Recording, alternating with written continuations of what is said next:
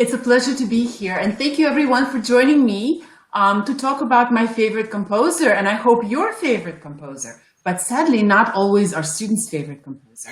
And that's what I'd like to work on today, at least a little bit. Yes, definitely. I think the first question really is, what is so special about the Little Preludes? Well, all of us have played the Inventions at some point in our lives, and they're so important. But then we enter more difficult pieces by Bach, and we find that we don't have any understanding of the other aspects of the style outside of the polyphony. And this is where the Little Preludes came in. Bach wrote them for his students and for his sons to teach them how to play dances and other forms, like there's a little Italian concerto, there's a little trio sonata, there's a whole bunch of minuets and allemands and so on. But the most important thing that Bach did in these is to introduce us to the concept of how to play expressively. That's great. So where would you start? You told me that there were 18 little... There are 18. There's a group of 12 and there's a group of 6. The 6 tend to be a little bit more difficult, so most teachers will start with the 12. The most favorite one of everybody that actually is heard quite a bit is the F major, the cute one. I call it that, yes, it was definitely worth practicing your chord progression. Prelude. Because really the whole thing is built on it. This is kind of the point of the preludes, is that Bach takes a concept or a difficulty or a gesture and writes this gorgeous piece all around it, so that hopefully the students don't mind practicing it because it's just so very beautiful. Still, the technique is one thing, but expressive playing is something really quite different, and that's where a lot of our students fall short. So for me, whenever I have a transfer student or an older student, I always ask them to play me some Bach. So half the time I get Bach is boring. Now, this is like waving red in front of a bull. So they're immediately assigned lots and lots of Bach, and then hopefully Bach becomes not boring. But the other half of the students who do have something to play for me, so half of them will play what I call Bachmaninov, as we discussed, where it's muddy pedal, dynamics that go up and down like a roller coaster that doesn't really work, but at least shows that the person loves the music. And then the other group of the students who are very scared to play in this Bachmaninov-like way, and they play like Czerny, and I think that's actually even worse.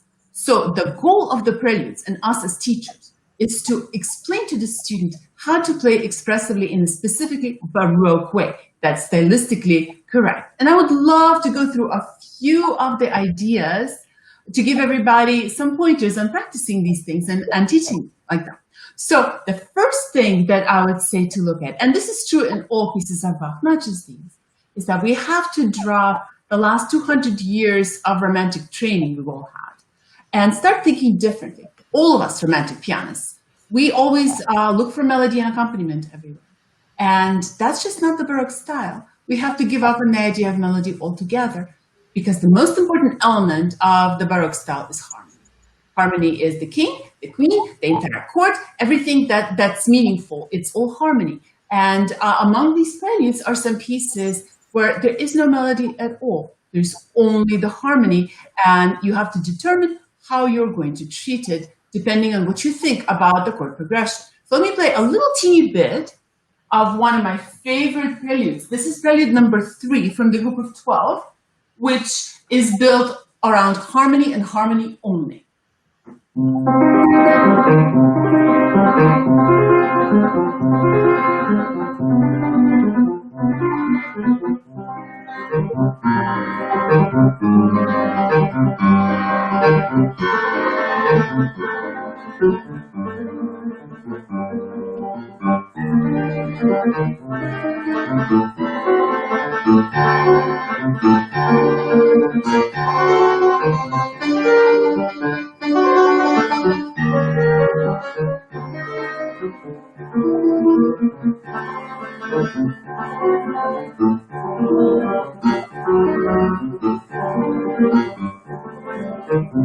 And so on and so forth. I mean, this does go on, but you can see that all your musical decisions have to be based on one thing and one thing only, and that is the harmony. Did you notice the incredibly beautiful pedal point bass that Bach does? Sometimes it moves, sometimes it stays. And what does that mean? And of course, the fact that Bach does not put dynamics is a joy, not only an impediment, because we have freedom. Freedom is great. And a student can make up their own mind. Even if I disagree with my students' choices, I would much rather the student own their own interpretation. But anyway, so you can see, if you're a Bach lover, how many of the preludes in the Well-Tempered Clavier are built very much the same way, and so on and so forth. So you can see learning this kind of an approach very early is very important. So another feature of the Baroque style that I love to talk about, and this works not just for the Baroque style, but really for every kind of music, is the difference in the metric orientation of each phrase or gesture, the difference between the iambic phrase and the trochaic phrase. Now, these are terms from poetry that not everybody knows, but something everybody can understand. In a trochaic phrase, you begin on a strong beat and end somewhere on a weak beat. In an iambic phrase, you begin and go through to a strong beat. So here's a nice example of a trochaic poem. Humpty Dumpty sat on a wall. Humpty Dumpty took a great fall. And here things become iambic. And all the king's horses and all the king's men couldn't put Humpty, etc., etc. And so we always have to decide what is the composer's intent in any particular phrase. Is it iambic or is it trochaic? This works for Bach, this works for Beethoven, this works for Prokofiev. It doesn't always work for Chopin because he tends to be very, very ambiguous, which is so absolutely fascinating. But in Bach, you should always start with the assumption that your phrase is in fact iambic, because most of them are. Unfortunately, the way we write music is we connect things with beats inside a measure. This is just so that we performers, we don't get lost. So we know where we are in the beat. But it's very confusing to a student. Just because the beam is over, it absolutely doesn't mean that the phrase or the gesture. So let me give you a fun example. This is from another very popular prelude, which is from the set of 12, and that's the number 2 in C major.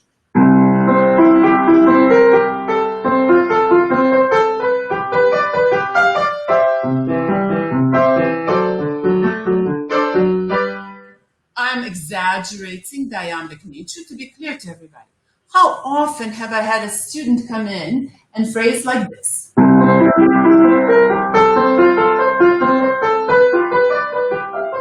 I'm exaggerating that again. My fingers won't even do it. My soul rebels. But you can see that even though that's what it looks like on the page, it does not work because it does not allow the idea to flow beautifully.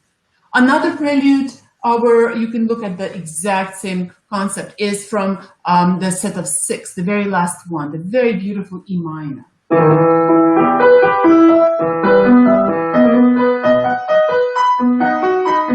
So far, things are very obviously iambic, right? I mean, you can't go wrong. However, it's the next phrase that gets people into trouble.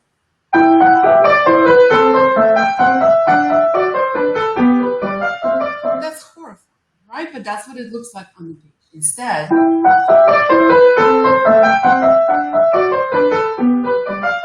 now it swings, now it flows, now it has life. However, you have to be careful because some pieces are very definitely trochaic. So the A minor Little Prelude from the set of 12, the last one, is a great example of a completely trochaic piece.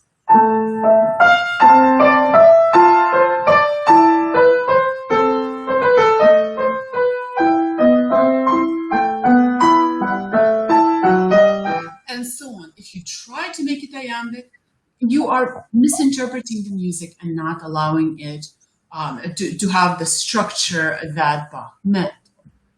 So, as I said, I think about iambic and trochaic phrases in all composers. One of the last lessons I had where this came into play was a Scriabin etude of all things, where things were notated where a slur ended at the very end of the bar, and no way was the phrase able to work. As soon as we very nicely extended the slur, just one more, all of a sudden everything fell into place.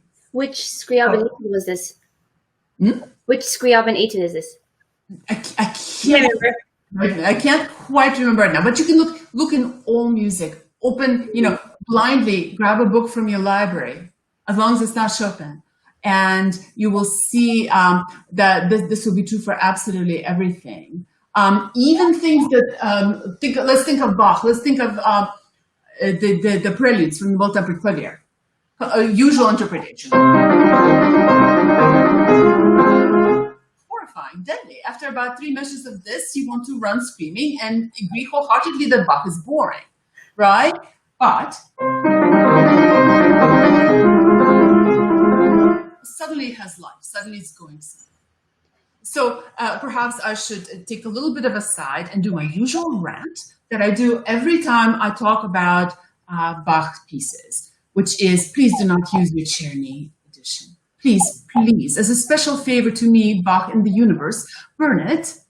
Not only is it full of wrong notes, although it's very historically important. He claims he wrote down, especially Well Tempered Clavier, exactly like Beethoven played it. So it has a lot of historical importance, but all of his slurs end at the end of the bar, every single one of them. And it has left generations of students unable to understand what Bach's music is about. So what would you recommend in terms of playing with a correct edition or a suitable one? Well, I think it's very important to not teach, especially these beginner pieces, from an text edition.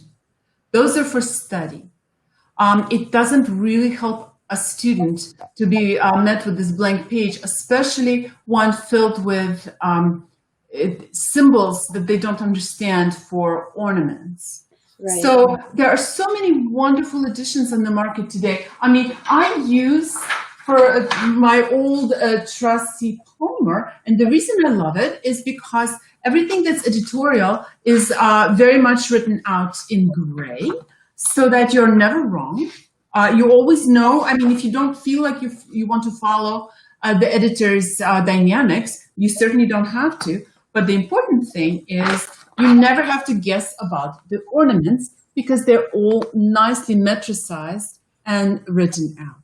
Oh, that's great. I think it's wonderful. Of course, a few people know that metricization of ornaments is a concept that it was introduced to us by Ferruccio Busoni. I think you guys can see his photo. That's the handsome gent in the corner over there from one of my posters in China.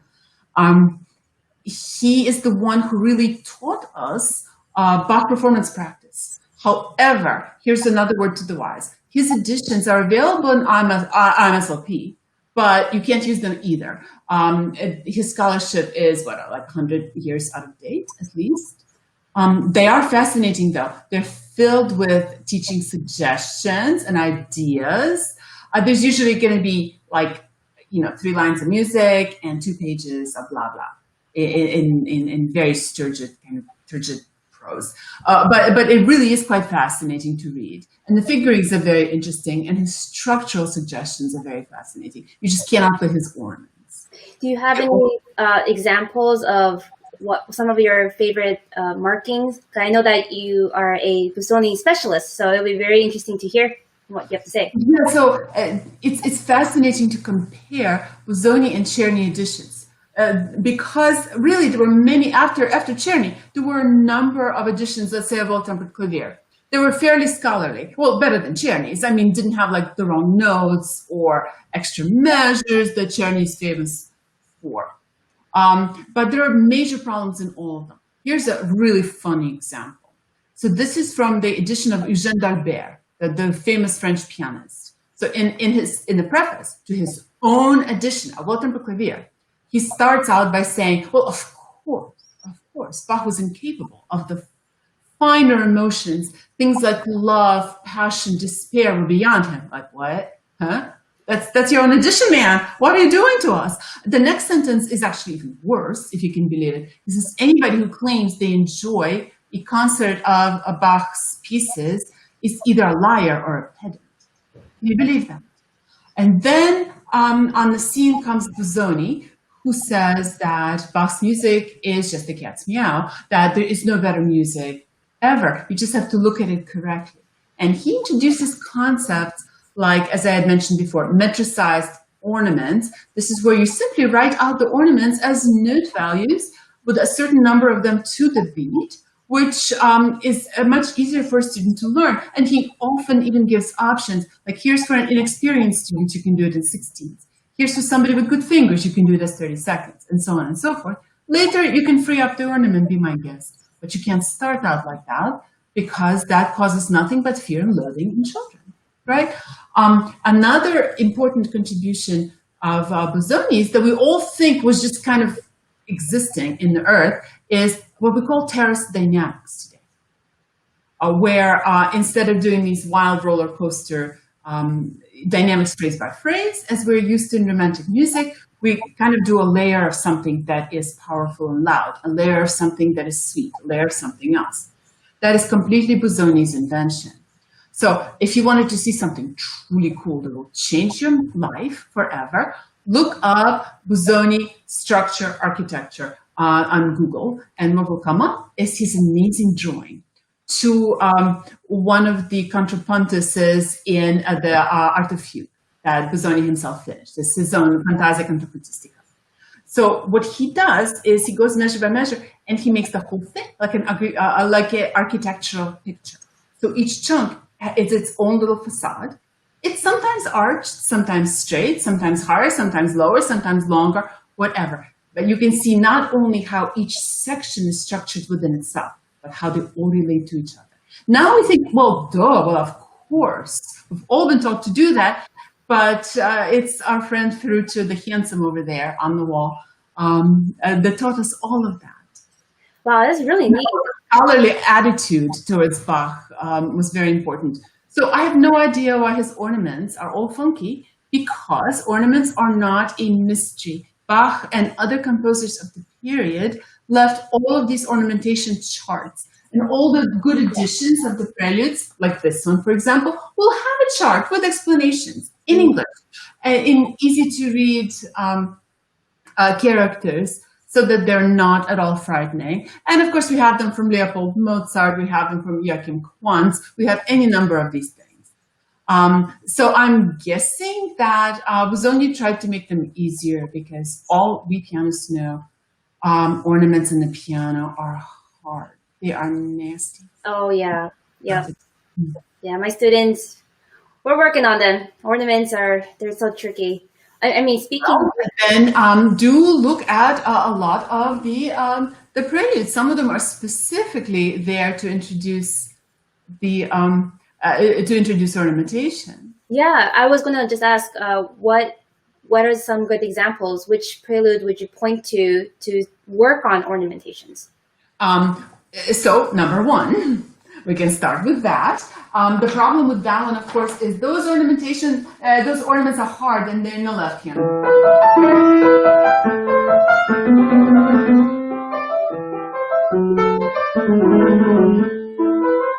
Ooh, left hand. Quite difficult, but that's number one.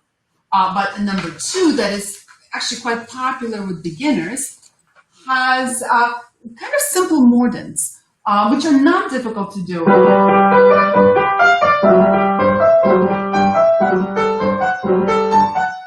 So mordents are very simple, and that's a very good etude.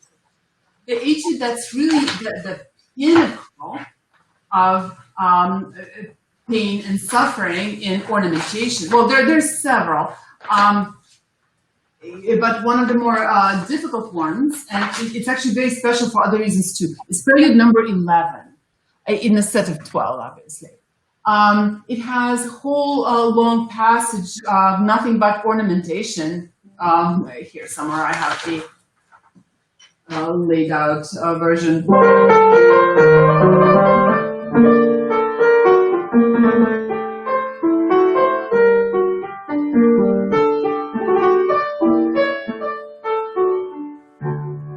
So as I keep saying, use an edition where all these things are written out. This one is very special for one more reason. This is one of only 3 pieces where we have fingering in Bach's. Oh, really? I mean, how amazing and special is that? And this is the one I use in many, many arguments with students who will not put their pinky or their thumb on a black key ever. And they end up, you know, in every kind of bizarre acrobatic Cirque du Soleil type of a position, because they will not do what the music obviously calls for.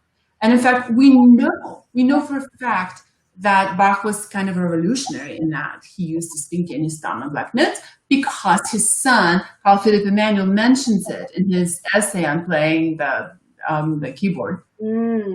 And in this particular prelude, you see many examples of both fingers on black keys, because it's the most comfortable thing. I tell you, it's your finger. I mean, you can use it, you can use your big toe, you can use your nose. I don't care. I just want the phrase to come out beautiful. Right. Right? And we know that by the time we get to Chopin, that's just completely normal. You cannot possibly play Chopin without having your short fingers on black. About the black key etude. Really, like just about anywhere. Yeah. And Liszt is the same thing. And I mean, why not? As I keep saying, there are hints. That's another thing Busoni was very good at. He used to say that it doesn't make sense to adapt yourself to the difficulty. What it makes sense to do is to adapt the difficulty to yourself. And if you have to take it with the other hand, or if you have to do some interesting fingering, or you have to do trick pedaling, why not? It is only the final effect that counts. So anyway, so these are the very important preludes for ornamentation. I just wanted to, speaking of ornamentation, I wanted to mention one other feature that is so important in Baroque music, also Mozart, also Beethoven, also Chopin, up to Prokofiev, and that is the appoggiatura. So we sometimes teach the appoggiatura as a simple down up. According to the Baroque doctrine of affections, appoggiatura represents a sigh. So just like in life, a sigh can be many different things. It can be something or joy. It can be pain, it can be anxiety, it can be whatever. And Baroque composers, and Bach in particular, uses the appoggiatura in so many wonderful ways, which students neglect the day on the peril. So here's a simple example from one of the easiest and shortest preludes, which is number 7, E minor. Listen to this little passage.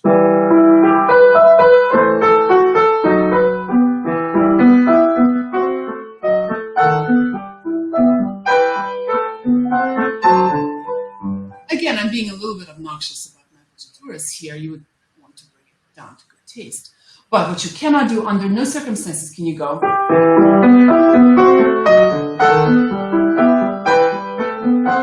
Because the entire meaning now is completely wrong. But think about other ways you can use appoggiatura. One of my favorite, most beautiful of all the preludes, and one of the not so very difficult ones, the A minor one, number 11, the famous one.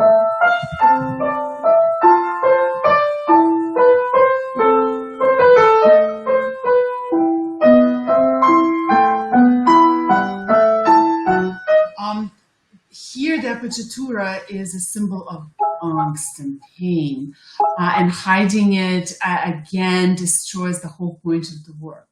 Sometimes the appoggiatura is something that's beautiful and elegant. Here is from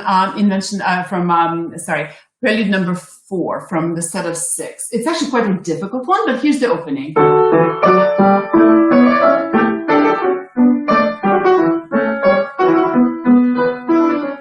Sound familiar to anybody? Anybody like the 6th partita?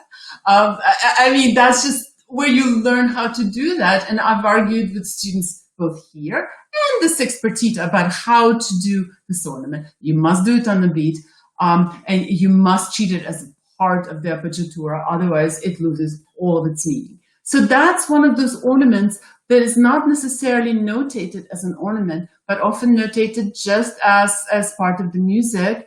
But it really must be brought out, and that's what makes this music expressive. So there are many, many, many things to think about when playing the prelude.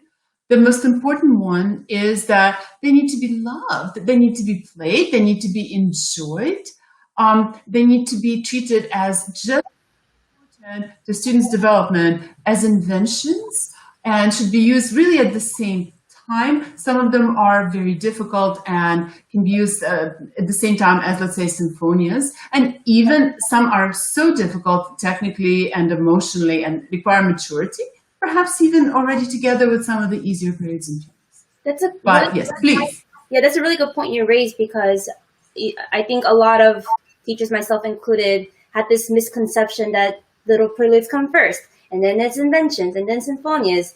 And here you're explaining that we should actually use it at the same time as all the other Bach pieces.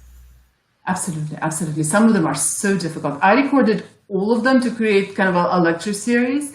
And I mean, quite embarrassingly, I had to do a couple of takes on some of them, and I practiced them. I did. I mean, I practiced them a lot actually because to not sight read them. Some of them are not sight readable, not if you're going to do a really good job. How about that? Wow, that's so great. I just wanted to kind of like end our time by just asking one final question. And actually, I just wanted to tie back from our topic last week, where we had Magdalena Stern-Bachevska speak about the two-part inventions. And I wanted to know basically your understanding of two-part inventions, which I hear that you're very well versed in as well. What are the if you had to compare and contrast them, how are they similar and how are they different? Well, Bach specifically tells us what the inventions are for. He says they are for developing, being able to play two obbligato parts, so independence of the hands, development of the cantabile style, which is a difficult slog for a lot of students who've been taught to play staccato for whatever reason. Most importantly, according to Bach, they are for the development of inventiveness, creativity, and a compositional approach to things. So what I love to do in my inventions is analyze them to within an inch of their lives and find all the little gifts that Bach puts in. I mean, in almost every one of them, there's either a mathematical joke or something about the way he uses different parts of the subject to create, again, either a joke or some kind of a point. Sometimes it's even a theological point. I would invite everybody to look at the first invention, count how many things happen, and think what a Lutheran might use that to teach his kids about. Interesting. It's absolutely fascinating. And when I teach them, when I teach fugues, it's the same thing. I feel like Papa Bach sitting right here and going, did you notice? Did you notice? I just did something really cool. And that's the attitude with which we have to approach, I think, all of Bach's music. At least all his pedagogical music that he specifically wrote to educate, and as he says in the preface to the book one about Tempo Clavier, for the edification and entertainment of musical youth. So let's be entertained. Yes, well, you have surely sold me on the Little Preludes for sure, and I'm definitely going to start thinking about which ones to assign for my own kids. So thank you so much for sharing your wisdom about these Little Preludes. There's really such a gem, and you're just talking about Busoni and the different styles that you find in these Little Preludes. So amazing, and just thank you so much for all of that. Well,